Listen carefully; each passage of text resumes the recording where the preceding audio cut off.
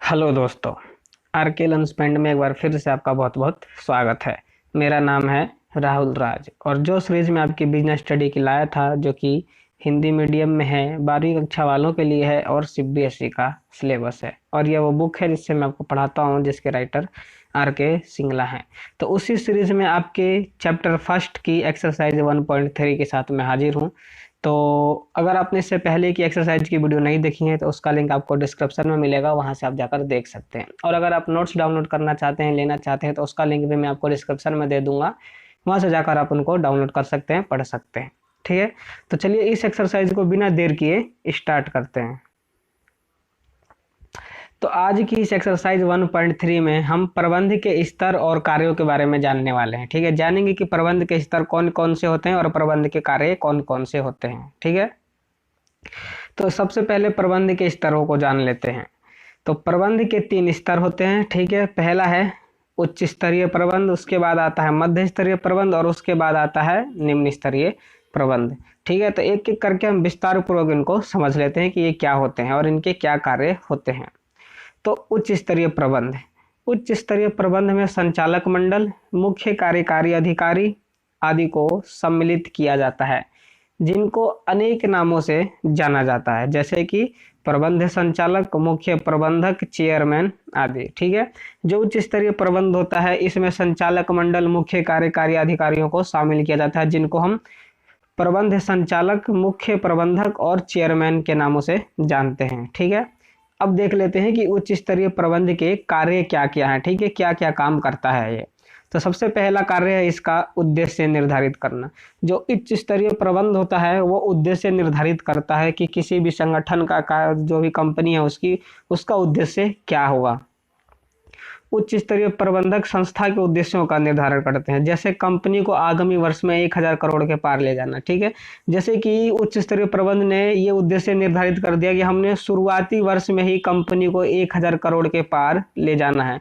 मतलब कि शुरुआती वर्ष होगा जो कंपनी का, उसमें ही हमने 1000 करोड़ का प्रॉफिट कमा लेना है, अर्न कर लेना है, उसके पार ले जाना है। ठीक है, ये उसका उद्देश्य हो सकता है।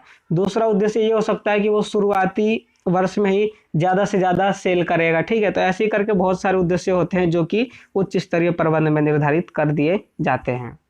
तो अगला है आपका नीतियां निर्धारित करना।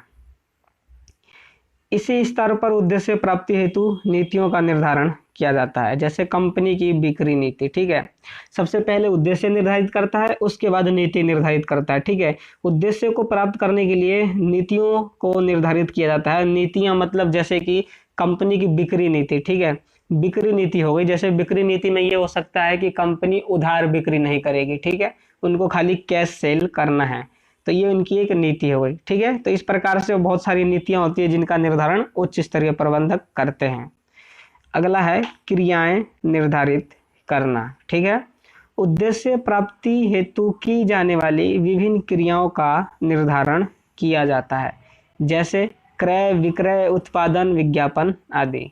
ठीक है, अब एक संगठन में एक कार्य नहीं होता, आपको पता है, क्योंकि एक संगठन में बहुत सारे कार्य होते हैं, इसलिए उन सभी क्रियाओं का निर्धारण कर दिया जाता है कि एक संगठन में कौन कौन सी क्रियाएं की जाएंगी। ठीक है, जैसे क्रय विक्रय, उत्पादन, विज्ञापन और भी होती हैं, उन सब का इसमें क्या कर दिया जाता है, निर्धारण कर दिया जाता है कि इनमें कौन कौन से कार्य किए जाएंगे। ठीक है, अब है संसाधन जुटाना। उद्देश्य प्राप्ति हेतु आवश्यक विभिन्न संसाधनों की व्यवस्था की जाती है। अब हमने उद्देश्य प्राप्त करना है तो उसके लिए हमें संसाधनों की व्यवस्था करनी पड़ेगी, क्योंकि संसाधन होंगे तो हम उससे प्रोडक्ट्स बनाएंगे जिससे हमारे उद्देश्य प्राप्त होंगे। ठीक है, जैसे पूंजी, माल, स्थायी संपत्तियां आदि। अब आपको कोई भी संगठन या कोई भी कंपनी लगाना है तो उसके लिए आपको पूंजी लगानी पड़ेगी, कैपिटल, स्टॉक लगाना पड़ेगा। ठीक है, स्थायी संपत्ति यानी फिक्स्ड असेट्स लगानी पड़ेंगी आपकी, जैसे कि लैंड, मशीनरी है ना, वेयर हाउसेस, जितनी भी ऐसी चीजें होती हैं वो सारी स्थायी संपत्तियां होती हैं। इन सारे संसाधनों का यहाँ पर व्यवस्था किया जाता है, जो कि उच्च स्तरीय प्रबंध में किया जाता है। ठीक है, अगला है कार्य निष्पादन पर नियंत्रण। इच्छित परिणाम प्राप्त करने हेतु कंपनी में हो रहे काम पर निगरानी रखा जाता है।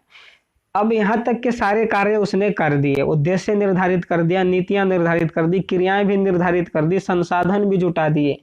तो अब वो क्या करेगा? क्या वो आराम से बैठ जाएगा कि अब कार्य हो रहा होगा? नहीं, इसके बाद भी वो क्या करता है कि कंपनी में जो काम हो रहा होता है उस पर निगरानी रखता है कि क्या हमारे उद्देश्य के अनुसार कार्य हो रहा है या नहीं हो रहा है। ठीक है, अगर नहीं हो रहा है तो क्यों नहीं हो रहा है, क्या समस्या आ रही है, फिर उनका ये समाधान करता है। तो ये खाली नहीं बैठता, सारे क्रियाओं को निर्धारित कर देने के बाद वो कंपनी पर नजर बनाए रखता है कि उद्देश्य सही समय पर प्राप्त हो सके। इसके बाद आता है आपका बजटों का अनुमोदन करना। विभिन्न प्रबंधकों द्वारा तैयार किए गए बजटों को अंतिम रूप दिया जाता है। ठीक है, जब उद्देश्य निर्धारित की जाती है, जितनी भी ऊपर की क्रियाएं मैंने आपको पढ़ाई, ये सारी क्रियाएं की जाती हैं, तो इस दौरान क्या होता है कि एक में बहुत सारे प्रबंधक होते हैं। उच्च स्तरीय जो प्रबंध है इसमें बहुत सारे प्रबंधक होते हैं। इसमें तो जो सारे प्रबंधक होते हैं वो अपना अपने तरीके से अलग अलग बजट तैयार करते हैं। कोई कहता है कि इस उद्देश्य प्राप्त करने में इतना खर्चा हो जाएगा, कोई कहता है इतना खर्चा हो जाएगा, कोई कहता है इतना खर्चा हो जाएगा। ठीक है, तो इसके लास्ट में उन बजटों को अंतिम रूप दिया जाता है। उनमें से देखा जाता है कि किसका बजट सही है। ठीक है, मतलब सही बजट का वहां पर अनुमान लगाया जाता है और उनको अंतिम रूप दे दिया जाता है। उसको मतलब कि जैसे आपने देखा होगा ना कि बजट भी पेश होता है, अभी हमारे यहाँ पे हुआ था, लोकसभा में बजट पेश किया था निर्मला सीतारमण ने। ठीक उसी प्रकार से ये भी अपने उद्देश्य प्राप्ति हेतु जितना भी खर्चा हुआ होता है वो बजट पेश करते हैं। ठीक है, कि कितना खर्चा हुआ है या होने वाला है या होगा, तो उसको यहाँ पर अंतिम रूप दिया जाता है, फिक्स किया जाता है। तो ये हमने उच्च स्तरीय प्रबंध के कार्य देख लिया, समझ लिया कि उच्च स्तरीय प्रबंध क्या होता है। अब देख लेते हैं मध्य स्तरीय प्रबंध क्या होता है। ठीक है, तो मध्य स्तरीय प्रबंध में डिविजनल अध्यक्ष, विभाग अध्यक्ष, कार्यात्मक प्रबंधकों को शामिल किया जाता है। जो मध्य स्तरीय प्रबंध होता है इसमें डिविजनल अध्यक्षों को, विभाग अध्यक्षों को और कार्यात्मक प्रबंधकों को शामिल किया जाता है। ठीक है, अब देख लेते हैं हम कि मध्य स्तरीय प्रबंध के कौन कौन से कार्य होते हैं। ठीक है, ये पेपर की दृष्टिकोण से बहुत इंपॉर्टेंट है। पेपर में हर बार पूछा जाता है, किसी न किसी एक स्तर के कार्य को पूछ लिया जाता है। ठीक है, तो इसको ध्यान से पढ़ें। तो पहला कार्य है इसका नीतियों की व्याख्या करना। इस स्तर पर उच्च स्तरीय प्रबंधकों द्वारा निर्धारित नीतियों की व्याख्या की जाती है। जैसे उधार बिक्री नहीं होगी, जो हमारा उच्च स्तरीय प्रबंध था उसमें हमने नीतियां निर्धारित की थी, है ना, जैसे कि बिक्री वाला। तो वैसे ही उन नीतियों को मध्य स्तरीय में आकर उनको क्या किया जाता है, उनकी व्याख्या की जाती है, उनको समझाया जाता है, बताया जाता है कि उस नीति का मतलब क्या था, उस नीति के अंदर क्या है। जैसे वहां पर खाली बिक्री लिखा हुआ था, ठीक है, बिक्री नीति, तो उसको अब यहाँ पर समझाया जाएगा मध्य स्तरीय में कि उस बिक्री नीति का मतलब क्या है। उसका मतलब ये है कि उसमें हमें उधार बिक्री नहीं करनी, ठीक है, हमें कैश सेल करना है। तो जो भी उच्च स्तर में नीतियां निर्धारित की जाती हैं उनकी व्याख्या मध्य स्तरीय में किया जाता है। अगला है संगठनात्मक ढांचा तैयार करना।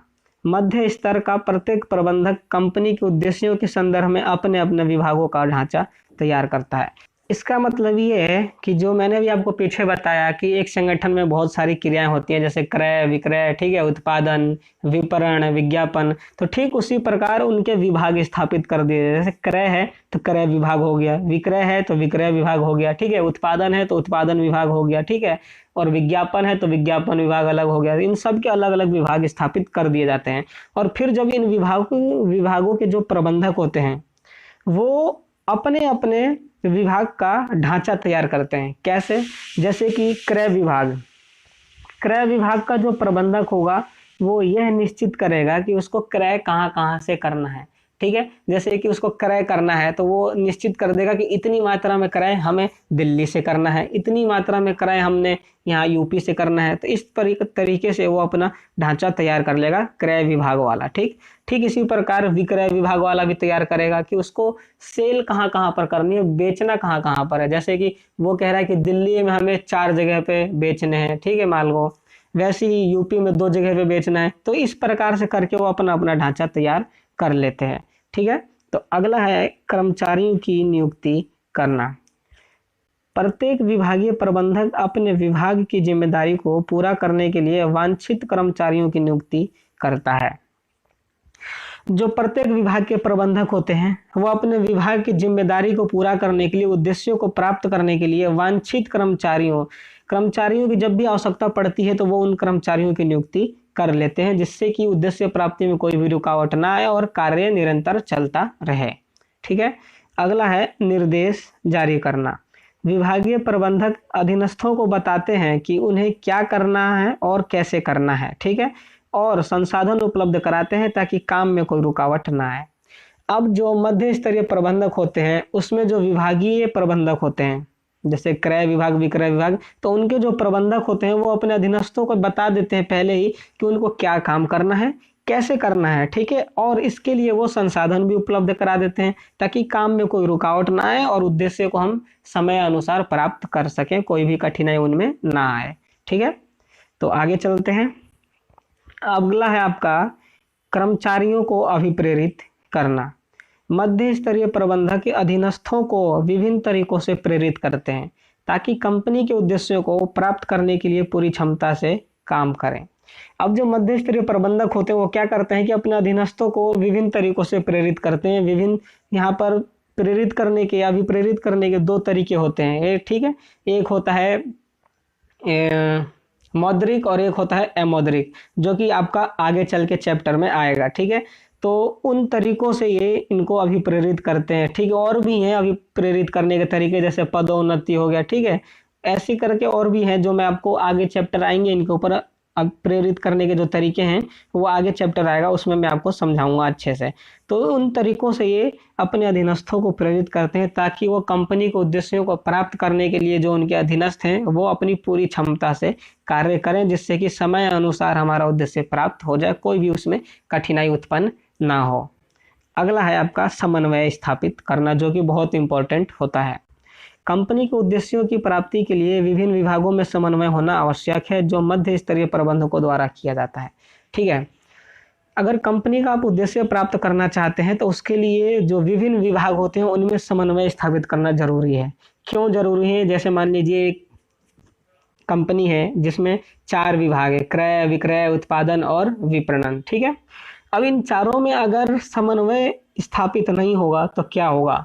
जो विक्रय वाला है क्या करेगा? वो बेचे जाएगा, धड़ाधड़ बेचे जाएगा। और यहाँ पर उत्पादन है, उत्पादन वाला और जो विक्रय वाला, इन दोनों में मान लीजिए समन्वय स्थापित नहीं है। ठीक है।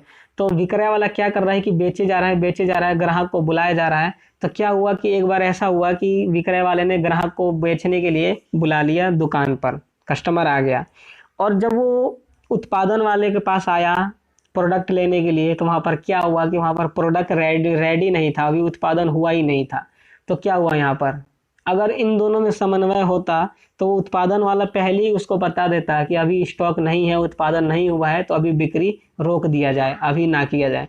तो इससे क्या होता है कि उनके कंपनी के ऊपर नकारात्मक प्रभाव नहीं पड़ता। ठीक है। इससे क्या हुआ कि जब ग्राहक उसके पास आया क्रय करने के लिए और उसको प्रोडक्ट नहीं मिला, तो वो क्या हुआ? वो नकारात्मक प्रभाव पड़ा कंपनी के ऊपर। ग्राहक सोचेगा ये तो ऐसे ही है, उल्लू बनाते रहते, बुला लिया और सामान दिया ही नहीं। ठीक है। तो इस तरीके से इनमें समन्वय स्थापित करना आवश्यक होता है ताकि उद्देश्य आसानी से प्राप्त किया जा सके और जो कंपनी का दृष्टिकोण होता है वो ग्राहकों की नज़र में अच्छा बन सके। ठीक है। तो ये हमने मध्य स्तरीय प्रबंध को देखा, समझा और उसके कार्यों को जाना। तो अब देख लेते हैं निम्न स्तरीय प्रबंध क्या होता है और इसके क्या कार्य होते हैं। तो इसे पर्यवेक्षीय प्रबंध भी कहते हैं। जो निम्न स्तरीय प्रबंध है इसको पर्यवेक्षीय प्रबंध भी कहते हैं। ठीक है। इसमें विभिन्न फोरमैन व पर्यवेक्षकों को शामिल किया जाता है। इसमें 2 ही होते हैं खाली, फोरमैन और पर्यवेक्षक। ठीक है। अब इसके कार्य देख लेते हैं कि निम्न स्तरीय प्रबंध के कार्य कौन कौन से होते हैं। तो सबसे पहला है श्रमिकों की पीड़ा को प्रेषित करना। इनका श्रमिकों से सीधा संबंध होता है। ये उनकी साधारण समस्याओं को स्वयं निपटा देते हैं और गंभीर समस्याओं को मध्य स्तरीय प्रबंधकों तक पहुंचाते हैं। ठीक है। ये जो निम्न स्तरीय प्रबंध वाले होते हैं, क्या होता है कि इनका कर्मचारियों के साथ सीधा संबंध होता है। तब क्या होता है कि अगर कर्मचारी को कोई समस्या आती है, अगर वो साधारण समस्या है तो उसका निपटारा वहीं पर वो कर देते हैं। कौन कर देते हैं? निम्न स्तरीय प्रबंधक, ठीक है। और अगर कोई गंभीर समस्या है तो उसको वो ऊपर तक पहुंचाते हैं, यानी मध्य स्तरीय प्रबंधकों तक पहुंचाते हैं। फिर उसका निपटारा कौन करेगा? मध्य स्तरीय प्रबंधक करेंगे, ठीक है। तो अगला है उचित कार्य वातावरण सुनिश्चित करना। ये कार्यस्थल पर पानी, बिजली, हवा, सफाई, मैत्रीपूर्ण संबंध आदि को सुनिश्चित किया जाता है। क्या होता है कि जो यहाँ पर निम्न स्तरीय प्रबंधक होते हैं वो उचित कार्य वातावरण सुनिश्चित करते हैं, क्योंकि हर कर्मचारी चाहता है कि जिस स्थान पर वो काम कर रहा है वो स्थान क्या हो? साफ हो, वहाँ पे अच्छी हवा चले, ठीक है, वहाँ पर बिजली रहे जिससे कि कर्मचारियों को कार्य करने में कोई परेशानी ना हो, वहाँ पर उनको पीने के लिए अच्छा पानी उपलब्ध हो, ठीक है। तो ये सारे कार्य कौन करता है? ये निम्न स्तरीय प्रबंधक करता है। निम्न स्तरीय प्रबंधक द्वारा ये सारी चीज़ों को उपलब्ध करवाया जाता है और उनके बीच मैत्रीपूर्ण संबंधों को स्थापित किया जाता है ताकि कर्मचारी आपस में लड़े झगड़े नहीं, ठीक है, आपस में मैत्रीपूर्ण रहें, आराम से काम करें ताकि सफलता प्राप्त की जा सके समय अनुसार, ठीक है। तो अगला है श्रमिकों की सुरक्षा सुनिश्चित करना। खतरनाक मशीनों के आसपास बाड़ की व्यवस्था करके मशीनों पर काम करते समय होने वाली दुर्घटना की संभावना को समाप्त किया जाता है। अब क्या है कि अब यहाँ पर श्रमिकों की सुरक्षा सुनिश्चित की जाती है कि अगर कोई श्रमिक खतरनाक मशीन पर काम कर रहा है तो काम करते समय उसको कोई भी चोट ना लगे, उसको कोई जान मान की हानि ना हो, ठीक है, उसको कोई नुकसान ना हो। इसके लिए क्या किया जाता है? उसके आसपास में बाड़ लगा दी जाती है। जो खतरनाक मशीन होती है उसके आसपास बाड़ लगा दी जाती है कि अगर कोई दुर्घटना घटे तो उन मशीनों से क्या हो? कर्मचारियों को चोट ना लगे, वो बच जाए, ठीक है। तो इस प्रकार से क्या होता है कि कर्मचारियों की सुरक्षा सुनिश्चित की जाती है, ठीक है। अगला है मध्य स्तरीय प्रबंध की सहायता करना। ये मध्य स्तरीय प्रबंधकों की कर्मचारियों के चयन, प्रशिक्षण, पदोन्नति आदि में मदद करते हैं। अब जो ये निम्न स्तरीय प्रबंध होता है वो मध्य स्तरीय प्रबंधकों की सहायता करता है। कैसे करता है? क्योंकि कर्मचारियों का चयन, कर्मचारियों के परीक्षण, पदोन्नति आदि में मदद करता है, ठीक है। अगला है सुझाव आमंत्रित करना। ये अपने अधीनस्थों से काम को और बेहतर ढंग से करने के सुझाव आमंत्रित करते हैं। ये जो निम्न स्तरीय प्रबंध है ये अपने अधीनस्थों द्वारा काम को और बेहतर तरीके से कैसे कर सकते हैं, ठीक है, उसको अच्छे तरीके से करने के सुझाव आमंत्रित करते हैं, ठीक है। और अगला है इसका लास्ट, अच्छे मानवीय संबंधों का निर्माण करना। ये अच्छे मानवीय संबंधों का निर्माण करते हैं ताकि कार्यस्थल पर टकराव ना हो सके, ठीक है। जो निम्न स्तरीय प्रबंध है इसमें क्या होता है कि इसमें जो प्रबंधक होता है वो कर्मचारियों के बीच अच्छे मानवीय संबंधों का निर्माण करता है ताकि कार्यस्थल पर जितने भी कर्मचारी हैं वो आपस में लड़े झगड़े नहीं, उनमें कोई भी टकरार उत्पन्न ना हो, अच्छे से काम करें, समय पर काम करें ताकि उद्देश्यों को सफलतापूर्वक और समय अनुसार प्राप्त किया जा सके, ठीक है। तो ये हमने यहाँ पर निम्न स्तरीय प्रबंध को समझा और उसके कार्य पढ़े। तो मैं आशा करता हूँ कि आपको अब इनके डिफरेंसेस और इनके कार्यों के बारे में पता लग गया होगा, समझ आ गया होगा और आपको कोई भी इसमें परेशानी नहीं होगी। अगर फिर भी होती है तो कमेंट करके ज़रूर बताएं, मैं आपके कमेंट का रिप्लाई करने की कोशिश करूँगा। तो अब देख लेते हैं प्रबंध के कार्य कौन कौन से होते हैं, ठीक है। तो प्रबंध के 5 कार्य हैं, आपको पता ही होगा। तो सबसे पहला है नियोजन। इसका अभिप्राय कुछ करने से पहले सोचना है। नियोजन का मतलब ये है कि हम जो कुछ भी करने वाले हैं उसको करने से पहले सोच लेना कि हमने क्या करना है, कैसे करना है, कब करना है, इसको कौन करेगा, ठीक है। तो ऐसी जितनी भी चीज़ें होती है वो नियोजन में की जाती हैं। इसके बाद आता है संगठन। इसका अभिप्राय व्यक्तियों के एक विशेष समूह से है जो संगठन के उद्देश्य प्राप्ति हेतु मिलकर कार्य करते हैं। संगठन का मतलब क्या है? संगठन का मतलब एक व्यक्तियों के विशेष ग्रुप से है जो कि संगठन के उद्देश्यों को प्राप्त करने के लिए वो मिलकर कार्य करते हैं, ठीक है। अगला है नियुक्तिकरण। इसका अभिप्राय पदों को लोगों से भरना और भरे रहने देना है। इसका मतलब ये है कि अगर संगठन में कोई पद खाली है, कर्मचारियों की कमी है, तो कर्मचारियों की भर्ती करना और पदों को भर देना और पदों को भरे रहने देना, उनको खाली ना होने देना, ठीक है। तो अगला है निर्देशन। इसका अभिप्राय संगठन के मानव संसाधन को निर्देश देना, उनका मार्गदर्शन करना, संदेशवाहन करना व उन्हें अभिप्रेरित करने से है। निर्देशन में क्या होता है? निर्देशन में जो संगठन होता है, संगठन में मानव संसाधन यानी कि कर्मचारी, उनको निर्देश देना, उनका मार्गदर्शन करना, संदेशवाहन करना और उनको अभिप्रेरित करना होता है। क्या होता है? निर्देशन। ठीक है।